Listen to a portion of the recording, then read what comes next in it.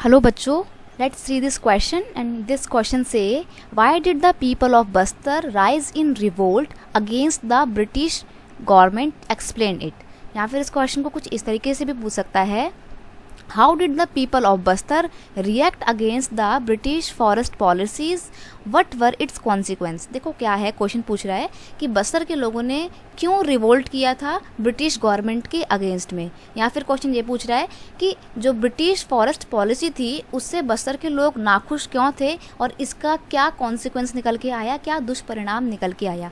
Important question है, 3 number का आ सकता है, तो 3 पॉइंट्स हैं आपके, देखते हैं।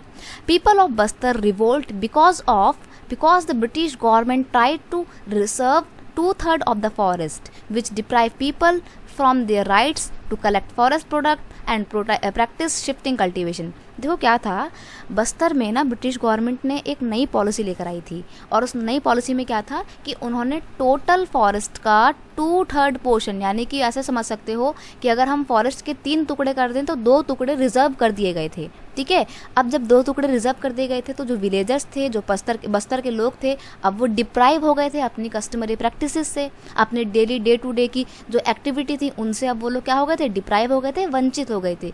कौन कौन सी एक्टिविटी से, जैसे कि अब वो कोई भी सामान नहीं कलेक्ट कर सकते थे फॉरेस्ट से, और ना ही वो अब जंगलों में शिफ्टिंग कल्टीवेशन कर सकते थे। तो इससे जो बस्तर के लोग थे वो बहुत ही ज़्यादा परेशान थे, बहुत ज़्यादा नाखुश थे और बहुत ज़्यादा चिंता में आ गए थे कि अब हमारा होगा क्या अगर फॉरेस्ट जो है वो रिजर्व हो गए तो। ठीक है, फिर Bastar people suffering from increase land rents and frequent demand for बेगार। अब देखो मैंने आपको बताया ना कि उन्होंने ब्रिटिश गवर्नमेंट ने क्या किया था, लैंड फॉरेस्ट को रिजर्व कर दिया था, 2/3 पोर्शन रिजर्व कर दिया गया था। अब जो फॉरेस्ट रिजर्व कर दिया गया था वहाँ पर ब्रिटिश गवर्नमेंट इन बस्तर के लोगों से फ्री में काम करवाया करती थी, जिसको बोलते हैं बेगार।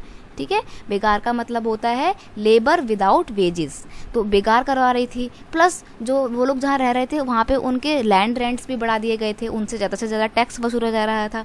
तो बस्तर के लोग परेशान थे कि इनकम तो हो नहीं रही है और टैक्स पे टैक्स हम पे बढ़ते जा रहे हैं, लैंड रेंट्स हमारा बढ़ता जा रहा है और हमारे को जो जॉब कर रहे हैं हमसे बेकार करवाया जा रहा है, मतलब बिना किसी पैसे के काम करवाया जा रहा है। तो वो बेचारे बहुत परेशान थे। ठीक है, एक और उनके ऊपर एक और समस्या क्या आ जाती है, एक और प्रॉब्लम उनके साथ हो जाती है जब 1899 में और 1900 में और फिर बाद में 1907 1908 के दौरान फैमाइन आ जाती है, यानी कि भूखमरी आ जाती है। तो वो लोग तो बेचारे बहुत परेशान हो जाते हैं। एक तो पहले ज़मीन गई, ठीक है, फिर उसके बाद नौकरी भी गई, नौकरी कर रहे हैं तो काम नहीं, नौकरी कर रहे हैं तो पैसा नहीं मिल रहा है, और फिर एक और मार उनके ऊपर पड़ जाती है। क्या मार पड़ जाती है कि भुखमरी का सामना करना पड़ जाता है।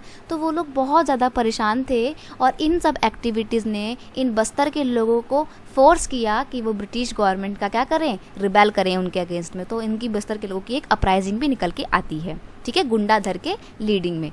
तो ये था आपका पूरा कॉन्सेप्ट कि कैसे बस्तर के लोगों ने ब्रिटिश गवर्नमेंट की फॉरेस्ट पॉलिसी के अगेंस्ट में अपना जो गुस्सा जो दिखाया था। ठीक है, आई होप आप इस चीज़ को बहुत अच्छे से समझ गए होंगे। Best of luck.